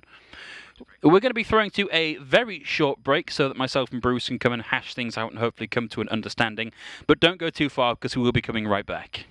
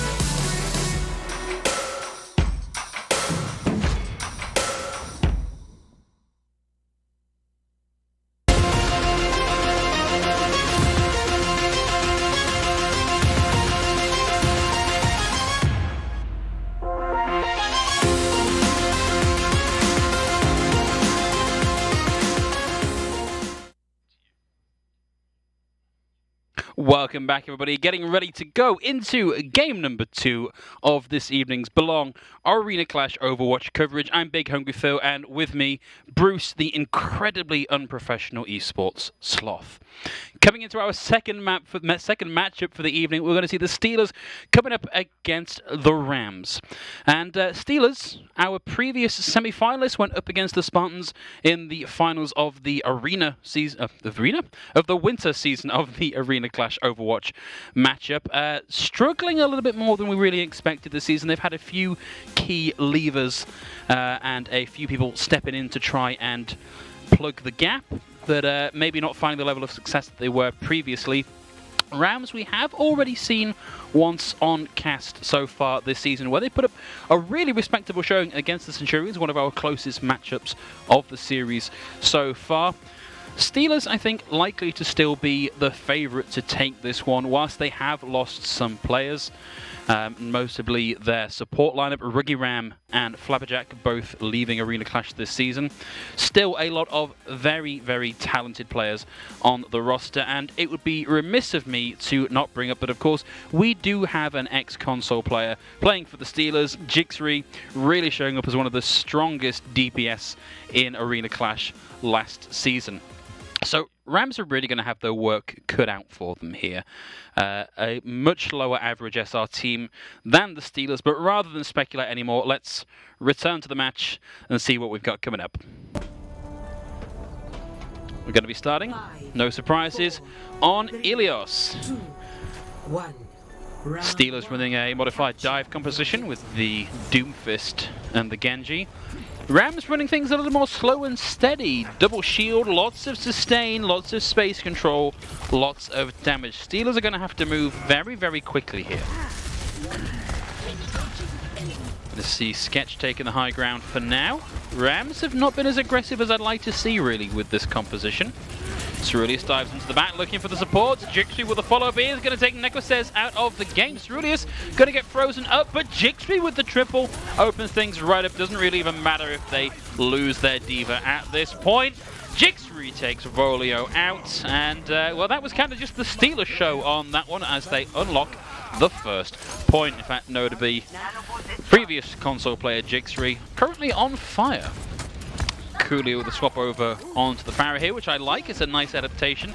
Currently, the only real threats are 9 Inches and Carulius, the Anna and Diva respectively. And I think, if I remember this rightly, 9 Inches was previously playing under the tag Kiwi. Frogafan here coming in on the Lucio, looking for kills. Quantum gets the double, gets the triple. Carulius with the follow-up finds Coolio. Jixri throws in the Meteor Strike and finds Volio. And they ring the team kill gong. So, Steelers looking pretty dominant right now. Rams looking to switch things up once again. Manchild still sticking on the May. And Sketch playing right the way up in spawn here. Props the Primal Rage. Nanoboost comes out. I didn't even catch who that went on to. Sketch with the double, and playing literally as close to spawn as he could manage. This is aggressive from the Steelers, which is maybe what we would come to expect from our semi-finalists from last season. Jixri opens things up with a kill onto Narthelion. I'm going to see Neko says coming for a different rotation out of spawn, which probably the sensible thing to do if the entire enemy team is camped outside of your spawn. Oh, big boop comes out from Frogafan. Takes Necrosez out of the fight. In the meantime, we have actually got somebody from the Rams coming around the side to get the contest going. Does at least buy some space here. Voda gets the kill onto Sketch. Now the Lions are going to find 9 Inches. Manchild with a heroic swap over onto the Sombra. May have just opened things up here for the Rams. They have got an early 10% cap already. Now the Lion being pressured down heavily. Gets killed by the Diva Remake, one of the rarer kill icons in the game. Volio doing well for charge, but probably going to have to back out here. Jixri goes toe-to-toe with Coolio, coming at the better in that exchange. And that's going to go over at 112 to the Steelers. Steelers did get a little bit overconfident there. Rams are able to send somebody around the side to tie things back up again. So I like what I'm seeing from the Rams in terms of their thoughts and their adaptations to try and deal with what the Steelers are doing. But right now, much like in our earlier matchup, we are seeing two very different elos of teams coming up against each other. So I'm kind of thinking any victory here for the Rams is going to be a thing to look out for. See what they run here. And maybe just going for pure pick potential, running the pulled pork composition, the Orisa and the Roadhog. Not a thing we've seen since the heady halcyon bygone days of Clockwork Vendetta. One round. And Steelers coming out on exactly what they were running last time. I'm going to see Coolio playing the Farah here. And again, not the direct hit scan threat to the Farah here from the Steelers. They've proven that they don't need that. Manchild goes to the flash, can't quite get the location. Instead, will get stunned and taken out of things by Jix. Early kills coming out for the Steelers, making this look easy. It's an unfortunate part of commentating a game like this is sometimes there just isn't all that much you can add. Rams going for some swaps here. Maybe not quite close to meta, but certainly a DPS lineup with a little more synergy. Not the Lion going to be coming in on the Wrecking Ball. Needs to be careful. Makes themselves a big target here for Sleep Darts, and subsequently ult charge. Coolio not able to find the value there with that Mei. And Steelers back onto cleanup once again. And there's a nice treat for everybody. You'll notice, of course, that we are playing with skins on this time, which we don't normally manage in Arena Clash. So I hope you're enjoying seeing the Hangzhou Spark Winston skin as much as I am. Steelers with a high ground position outside of the Rams' spawn. Need to be careful they don't fall for the same trick. You'll see the Nano Boost invested into Jixri. I think that's Narthalion? Is that Narthalion managing to get round? No, still trapped up in spawn. Manchild closing in on having a high noon. But of course, there will be a defense matrix, and there are only so many places you can position that high noon when you are trapped so heavily in spawn. Sketch gets booped back. Quantum with a melee and the dash reset. Able to get one. There's the high noon coming out from Manchild. Looks like all of that got eaten up by the defense matrix. So unfortunate.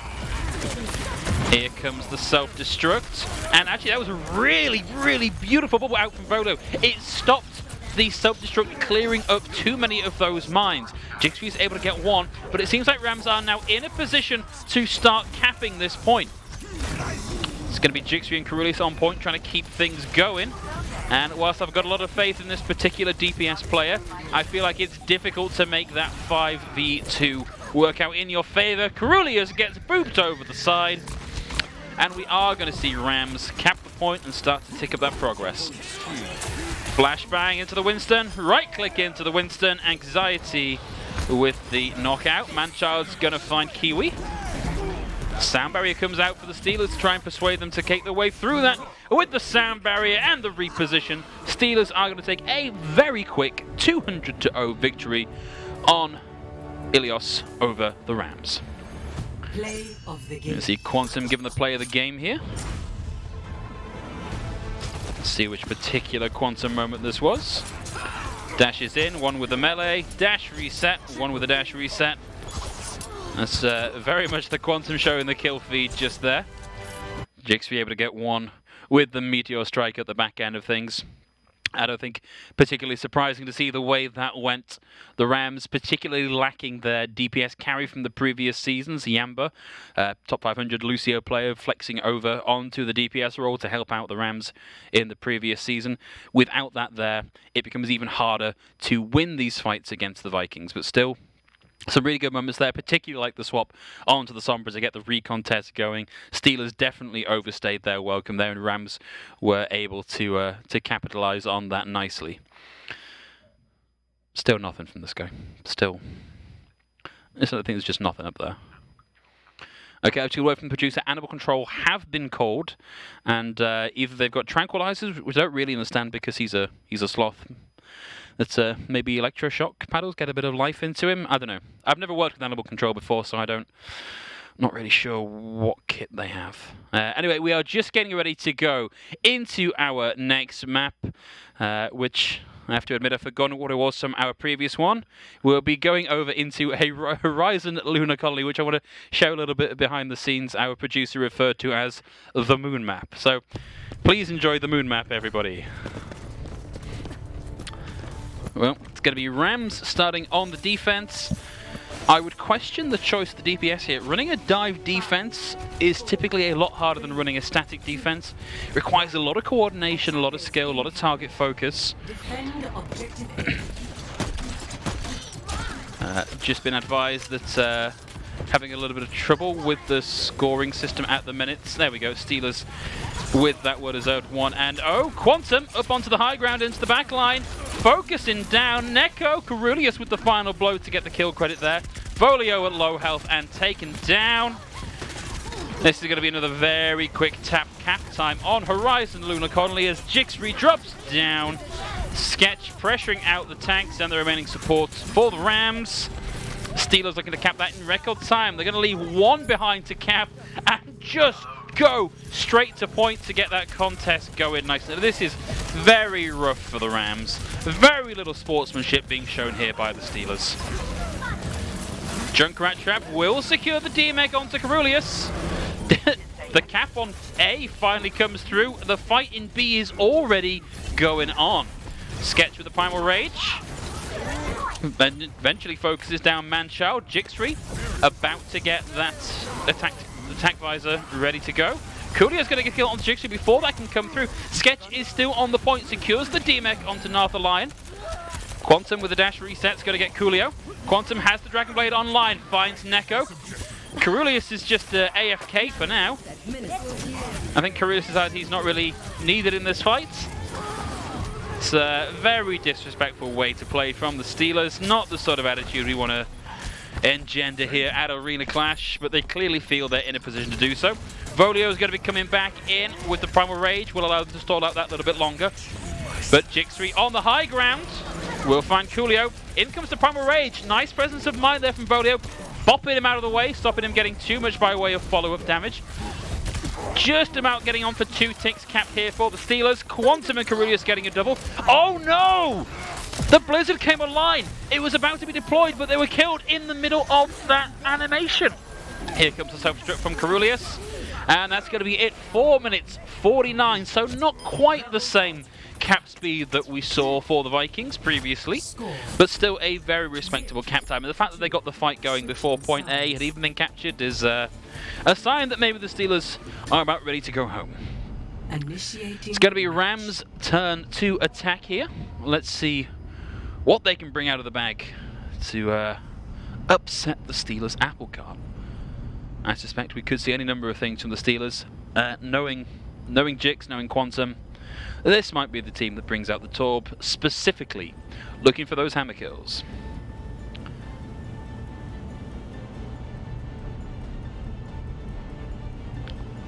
So, you know, I haven't seen this map for a while. I always think it was more maligned than it really deserved. Yeah, there we go. No surprises. It's going to be Jix looking for the hammer kills on the Torb. Quantum happy just to be allowed to play Genji once again. Rams, though, I like what they're thinking. I like their setup. They've got the Symmetra. They've got that ready to go. They're just going to go looking for that TP straight to point and then brawl on top of the boosted healing and the denied healing from the Biota Grenade from Anxiety. Steelers, I think, are going to be very quick to react to this, though. This is a composition that works very well at the highest levels of plays and quite well at the lowest levels of play. Maybe not quite so well at this level of play. Let's see if they can make this work. Attackers incoming. No Lucio here for the Rams. They don't need to close the distance quite so heavily with that TP online. It's going to be down to this interaction between Nartha Lion and Coolio as to whether we can get this TP up in the right position. Throws in a Fire Strike. We'll get a little bit of charge. TP comes up, quick reposition from the Steelers. Carulius is going to take Neko out. It's a big charge. It doesn't quite connect. Manchild's able to get Carulius, but the kills come in thick and fast for the Steelers. Manchild looking for some value on the way out, or maybe just to come out. And yeah, there we go. Jix is just going to be playing Hammer. Wants to be playing Hammer Torb. Didn't get given it this time. Coolio's going to be abandoning the Symmetra. It's a shame. I think that almost worked. If we hadn't had that pick onto Neko at the start of that, that might have worked a little bit better. Let's see if they can make the Junkrat work. A long way from ultimates for both teams at the minute. Quantum and Sketch the closest at around 60%. Rams still a lot of work to do to get this going though. You see them rotate through the right hand side. Frogger throws in the health back. And unfortunately, Nartha, the shield will not protect you from the Tesla cannon. Sketch just able to stay in this backline for so long, knowing they've got the support from Kiwi on the high ground, and knowing that they can Primal Rage out if they get into too much trouble. I'm going to see Frogger, not surprisingly at all for somebody called Frogger, going to be coming back in on the Lucio. Manchild eventually taken down. Did do a very good job of focusing down Sketch, but Sketch was able to get out without too much trouble. And no one's in a particular hurry to heal Sketch, I've noticed. Still at about half HP. Slowly getting healed up by Frogger. Good presence of mind. They know that Naniches already has the Nano Booster, doesn't need that ult charge. Sketch with one with the Primal Rage, going to find Anxiety. Gets booped out of the way by the Concussive Mine from the Junkrat. Froggerfan's able to get Nartha Lion, and now Jixri on the hunt, brings out the hammer. Screaming, don't kill him, he's mine, I would imagine. Still can't quite find him. And we're close to seeing Steelers playing up against the enemy spawn once again. Nekker's used the Coalescence, didn't find a huge amount of value. Nano boosted Torb with the Nano boosted Torb Goo. Gonna find Anxiety, Nartha Lion goes down, Volio taken out as well. Jick still looking for that hammer kill though. 1 minute 10 seconds left on the clock for the Rams. And they're coming up on a bevy of ultimates. Notice that we have got a backcap going on. Who could that be? Guessing that's Manchild. Doesn't seem like the Steelers are particularly bothered. Oh, that's unfortunate. Out comes the Death Blossom. In comes the Rising Uppercut from Frogger. There's the Graviton, locks up 3. Can't get a kill. Neko's able to get 1. Quantum still had the blade ready to go. Takes Volio out of the fight. 40 seconds left to go on the clock. We've got the tire. We've got the Nano Boost, and that's going to be it for the Rams. Steelers don't have anything to play with here. Nartha Lion and Coolio able to get a quick double.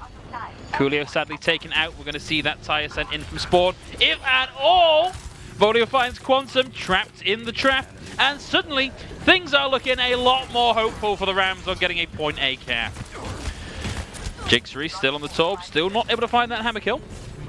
Nartha Lion with a big initiation into the back line. Doesn't find anybody with a power driver. A lot of presence on point now for the Rams.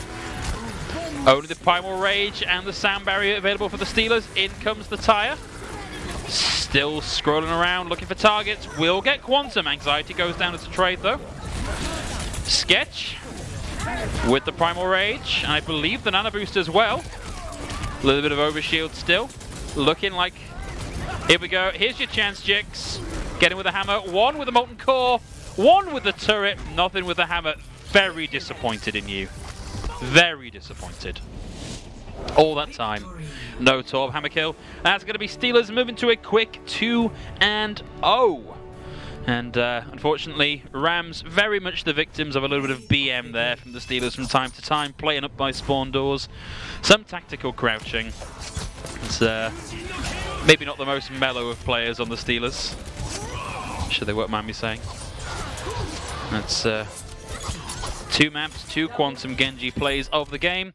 Suspect he's having a whale of a time playing the Genji. It's unfortunate really for the Rams. Sometimes the brackets do just work out this way because of the way that the seeding works. We have our highest seeded team, so with the exception of the Spartans, the Steelers are our second highest seeded team in the bracket for this season of Arena Clash. And unfortunately, Rams, with the performance in the previous season and just the lack of availability of players of Yamba's character, just can't go toe-to-toe with the Steelers in quite the same way. So, moving on into our next map, I suspect we're going to be seeing more of the same. It's going to be a difficult slog here for the Rams, and maybe we'll see a little bit more Torb coming out. Just waiting to come back into our next map, which is going to be our hybrid map for this evening, Hollywood. So we'll be going right live into the game now. Going to be seeing Rams starting on the offense. No, sorry, Rams on the defense. I completely caught that. It's the fact they were coming back from the enemy spawn that really threw me. Manchild on the Torbjorn this time. Attackers incoming. This is, again, very Clockwork Vendetta-y.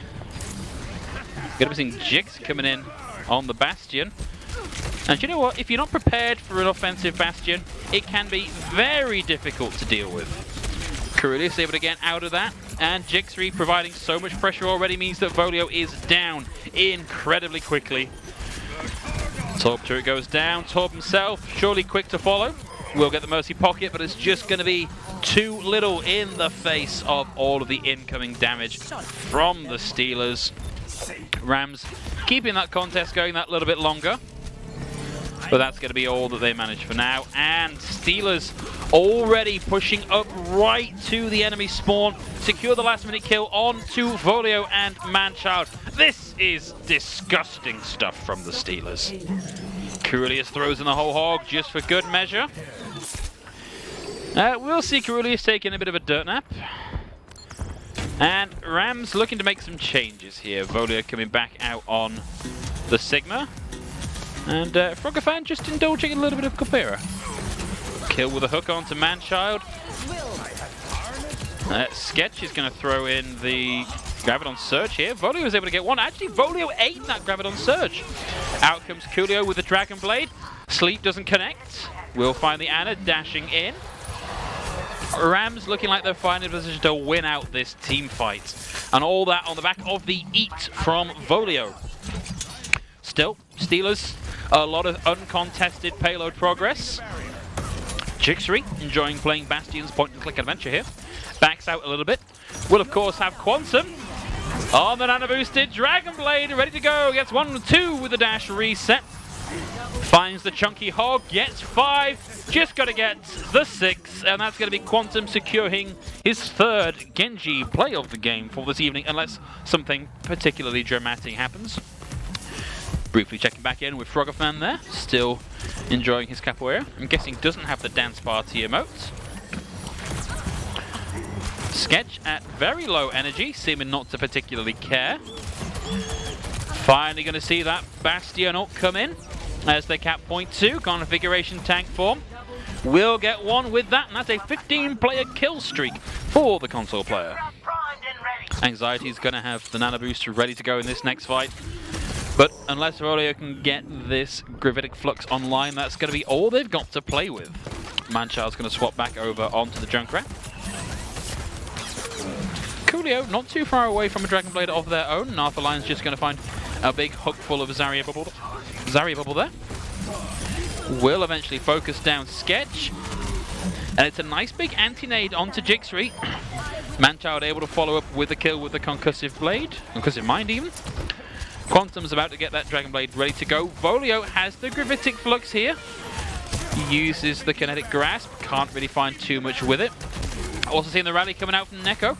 This means Rams can afford a little bit of aggression. That's right, Rams can have little aggression as a treat. Quantum looking for something with this Dragon Blade. Out comes the Gravitic Flux. Really, if you're going to lift their Bastion into the air, you're probably just going to give him a better vantage point. But the follow-up was there from Coolio to secure the kill onto Jixri. Nano boost onto the Roadhog. Narthalion in a position to do a lot of damage, but it's going to be Carulius in the backline, taking the Ana out of the equation. Now goes toe-to-toe with Coolio, who's going to have the Dragon Blade. Narthalion able to get Carulius here. Out comes the grab, and it's a big one. Traps them all up. Quantum throws in the Dragon Blade. And that's going to be all they managed for that team fight. Notice that we've got Jixri swapping back over onto the top. Not giving up on getting that hammer kill just yet. But Coolio able to get out of the way. He got the hammer kill, everybody! Finally, after a map and a half of trying, Jixri gets the hammer kill onto Anxiety. And now Coolio trying to make something work with the Dragon Blade. Instead finds a big old pile of overshields from the sound barrier, and Steelers deep into cleanup phase now. The final few meters left to go. The sleep will hit Jixri, but there's nobody left on cart for the Rams, and Steelers are going to complete with 3.5 minutes on the clock. Now that Jixri's ticked off having the hammer kill on the board, maybe we'll see something a little bit different coming out of him for this one. Initiating. So as we move over into the Rams' offense here, let's see what they've got for us to play with. Yeah, intermission is about right in Game Observer. Intermission while we wait for our guys to get back into the game. Of course, this is where we miss having an actually vocal co-caster, because there's really only so much I can babble at you about. You know, I'm not the brains of the operation here. That's what we rely on Yokai for. That's what we were hoping we can get from Bruce. But no, instead we've got two large overweight boys full of fluff trying to talk about the game as if they know what's going on. Well, only one of them trying to talk about the game. Bruce still very mute. Steelers playing, I mean, what even is this? No main tank. Zarya Diva. It's a disrespect comp. It's a we don't have to try against you guys comp is all this is. Rams looking like they're going to be running the Bastion out of spawn here, and you know, it worked for the Steelers. No reason it can't work for the Rams here. A lot of damage mitigation abilities here for the Steelers, but they don't have that sturdy shield to hide behind, so their rotations are going to have to be quick, or their target focus is going to have to be supremely good. Well, Quantum got one in the trap. Throwing in the damage. Sketch able to find Manchild, and this looks like it's going to be a hold right at spawn for the Steelers. Carulis will get focused down by Arthur Lion. Arthur Lion looking for the kill, can't quite find it, has to get out. That Bunny Blaster does a surprising amount of damage. The Bayonet is going to hit Arthur Lion and take them out of the fight. Quantum on the high ground. More or less uncontested. It's going to try and catch the Bastion during the rotation. Bastion going to be coming up close. Need to be careful because, of course, the thing that Junkrat excels at here is burst damage. And Steelers just going to be playing right the way by spawn here. Well, caught an Echo in the middle of the rotation back into points. Hasty shield coming out from Volio is going to buy them a little bit of space. You're going to see Coolio swap over onto the Widow, looking for a pick to open things up here. Sketch rapidly closing in on the Graviton Surge. A very brave attempt from Neko to go toe-to-toe with Sketch. Graviton Surge comes out, it's going to lock up two, finds the tanks, gets the kill onto one with a little bit of help there from Quantum. Steelers still holding on to two ultimates from now. Rams have got to be feeling pretty demoralized by this. Jixri with the tactical visor. Everybody very wisely getting out of the way. Can't quite get the kill onto the Wrecking Ball. Sketch is going to get the follower. Quantum holding onto the Riptide for now. Need to see Rams stick with some of this for a little while longer, build up some of those ultimates.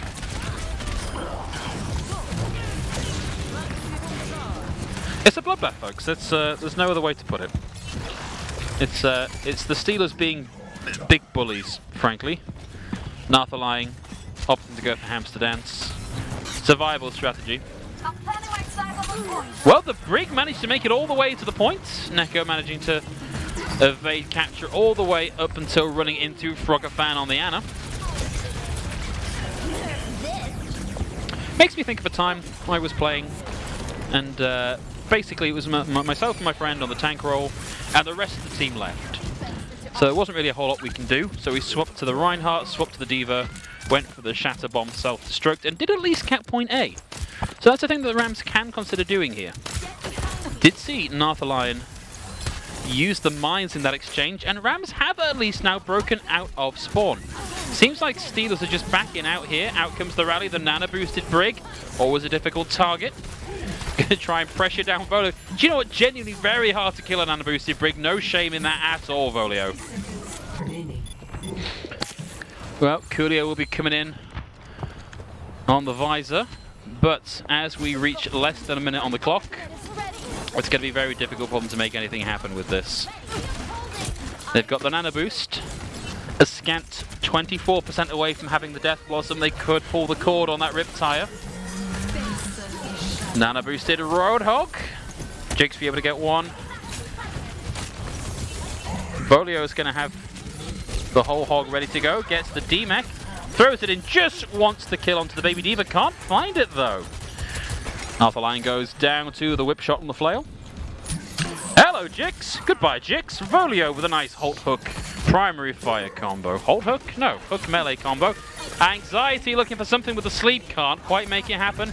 Manchild is now going to have the Death Blossom ready to go. But this may be a case of too little, too late.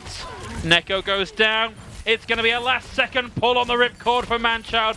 Trying to make this work. He keeps the contest going that little bit longer. He burns the Wraith Form. He sees the bubbles go down. The stun misses and he will get one kill on the board. Also, Volio getting rid of the Riptire, but it's going to be Jix3 in the back with the Tactical Visor.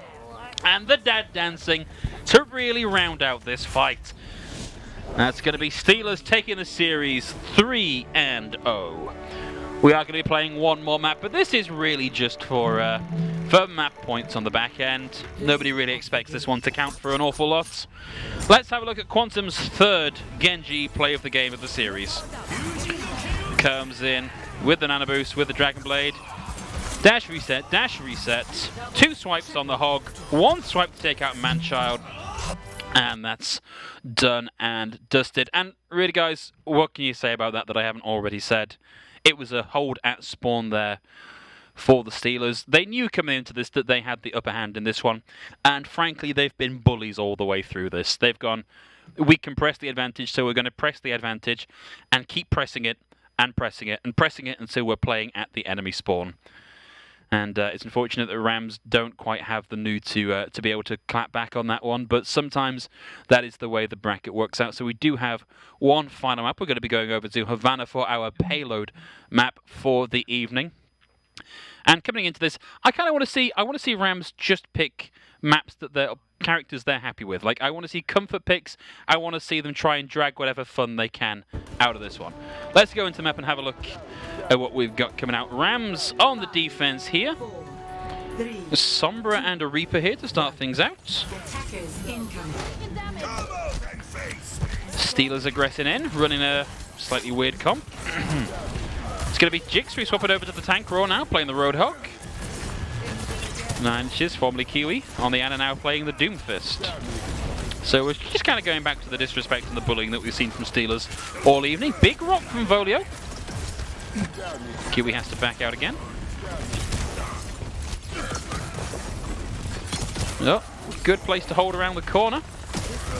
Kiwi able to get one. Alpha Lion now playing on the Reaper, able to get one. We've just gone for a wholesale swap. Big charge onto Volio. Won't find the kill. Sketch gets Manchild, now playing on the tank. And this is going to be Steelers with the cleanup once again. The teamwork from these guys, the synergy, genuinely very fantastic. Have been playing together for a fair few months now in one guise or another, and I assume queuing together on the ladder. Neko in the back here. Previously been playing the Brig for most of the game. 2 kills on the board now for the Rams. If they can get in a contest, they might have the upper hand here. They are playing right up against the enemy spawn again. It's going to be Sketch coming up against Nartha Lion. Oh, hello! Nartha Lion got the better of that one. Sketch got distracted by the Moira and diverted their attention. Coolio able to dodge the hook on that one. Neko almost getting the Lucio. Nartha Lion with the second, taking 9 inches out of the fight. This is suddenly looking very sloppy from the Steelers and an awful lot better from the Rams. Clearly these role swaps working out well for the Rams, if not for the Steelers. Anxiety. Something I'm all too familiar with. Will have the Nano Boost, something I'm not that familiar with. Big charge into the charge. Manchild coming up the worst in that exchange. Jix3 able to get the kill. There's the hack onto 2 of the Steelers. But with 2 members down already, it's going to be difficult to follow that up in a meaningful way. Neko with the TP out of danger. And Quantum and Kiwi able to take out Nartha Lion to secure their hold on the payload. Do we think Steelers have realised that there's actually not really anybody riding the payload at the minute? I don't think they care. The widow's kiss. No one Nartha can able to get a second there. Carulius is going to get rid of Neko, and the payload is going to start moving forward again. Jixu with the anti-nades. Not too bothered at the minute. Throws in the hook. Comes up with a big Coolio-shaped fish. Gutted, filleted for dinner. Oh, Manchild backs away from Quantum and straight into the pits. Quantum able to get a second one there. The whip shot. Volia going down. Carulius holding on to the sand barrier for now. Was just able to coast that payload right the way through. Manchild's going to have a shatter here. And of course they will have the nano boost to go over the top of it, which could be a nice clean-up tool. Oh no, that's so unfortunate. Amazingly, it did actually connect with somebody. It looked like we were going to see that Earth Shatter just pushed all the way out to sea, like a particularly unseaworthy dinghy. Instead, did connect with one. Sadly, didn't do anything to save Manchild's life. Steelers continuing their push, their tour of the enemy spawns. Nice little holiday for them. Nartha Line actually doing a really good job here on the Widow. Coming up short against Sketch, but getting some good picks. And now the tank line of the Steelers playing right up against the spawn of the Rams. Very unfortunate. I might go and talk to the Steelers after this one and say, guys, you're not allowed to be bullies like this. You've got to be a good example. You've got to not turn people off from playing in Arena Clash. Like, let's be a little bit sporting, eh? Well, Coolio coming toe to toe with Kiwi. Going to come off the worst in that exchange. Volia's going to have the Gravitic Flux. Going to get two up in the air. Carulius does have the Sambo and it lands at just the right second to keep them alive through that. Manchild's going to get one. Frogafan going down. Closing in on having that hook stunned out of the follow-up and taken out again. Need to see a adaptation here from the Rams come out on a different side. Here comes the Meteor Strike from Kiwi. Look like it's not even going to be needed. 3 minutes and 11 seconds left on the clock for the Steelers. Now the Rams get their chance to push this payload. Score. I'd like to see the Rams aggressing up into the Steelers spawn just this once. Kind of a fun turnaround. Initiating match. Let's see what we're going to run from them this time. Of course, we've only seen some of these players in these roles for that one map. We don't know the extent of their hero pool. Maybe we'll see something a little more fun on this next one. In terms of the Steelers' defense, well, we're deep into silly season here, guys. We could see pretty much anything.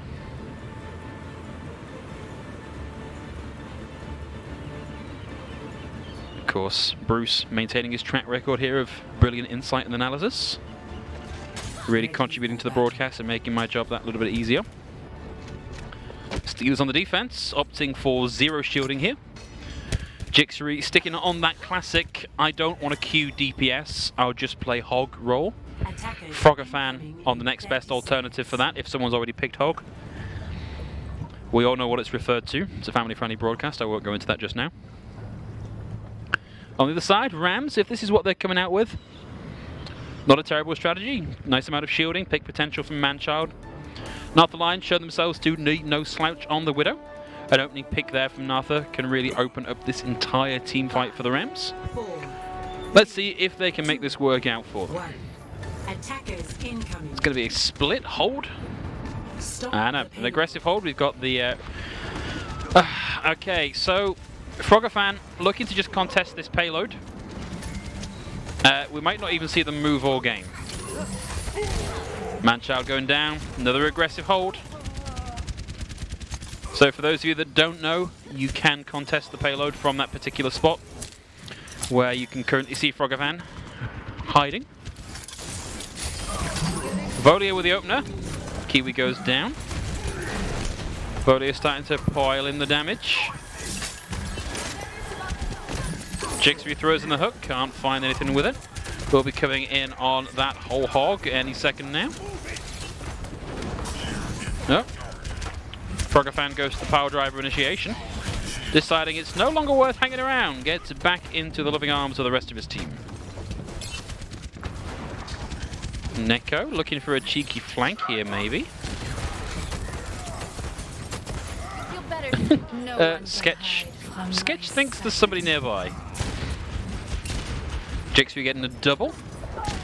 Sketch looking for the head hitbox of that Mercy. Can't quite find it. Had that kill stolen out from under him. Manchild's going to have the whole hog in this next one. Getting close to a few ults online here for the Rams. Tactical Visor is going to rely on Neko getting into a much more favourable position. Need to see them go for a cheeky flank here, really. Nartha Lion's going to find Carulius.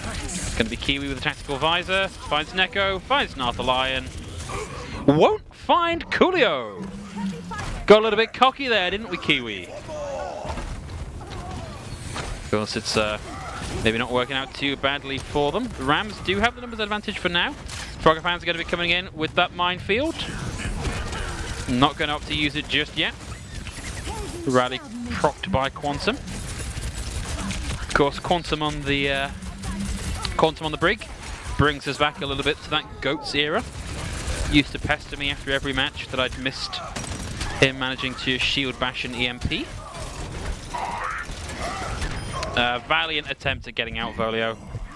1 HP in a dream, not normally enough. Rams now with 90 seconds on the clock. Big hook onto Manchild. Able to take a breather his way out of some of that. But damage coming in at every angle here. Volio throws in the shatter, failing to find anything. Neko's going to get one with a Tactical Visor though. And Volio stuffed up in that corner. Nartha able to get a second again. I think Rams building a little bit more around Nartha Lion and their pick potential here on the Widow would probably work out quite well for them. But Frogger still working here to keep them trapped in spawn on the left hand side. Sketch just coming back from spawn. And now no ultimates on the board for Rams and no soldier left for the Rams. That hook combo taking them right out of it. Jixri feeding all that scrap into their spawn. A little bit of souvenir from their tour of the enemy spawn to the world. 30 seconds left to go on the clock. The announcer lady just very kindly told me. Sketch able to find Nartha. Volio, 100 HP. Has to duck back into the safety of spawn to get themselves back in. Just angrily swinging away at Sketch. Desperate looking for that kill. A little bit top of there from Volio. Probably puts them in a position to get that. No one can. Nano boost thrown in onto Quantum. It's not looking great for the Rams right now. The final few seconds. They just managed to get the contest going on the payload. Volio, excellent job of leading the charge and getting themselves trapped in on that. Volio goes down, but it's got the overtime wick ticking over. Manchild able to tag back in and keep it going. Kiwi, sadly, too quick, too agile a target, and that is going to be Steelers taking a somewhat dishonorable 4-0 in the series. Rams, unfortunately, not able to find any chinks in the Steelers' armor to keep this going. And you know what? It's not going to be a Genji play of the game, but this is Quantum getting all 4 players of the game here. I'm sure he's nostalgic for his days being back in Brig Jail. Well, unfortunately, that is all we're going to have time for today. I hope you've enjoyed the matches as much as I have. We'll be back with Yokai hopefully next week, assuming the trains treat them a little more favourably. But from myself, Big Hungry Phil, and from Bruce the Sloth, that's all we've got time for. Bruce, anything to... No? No. I can't work with...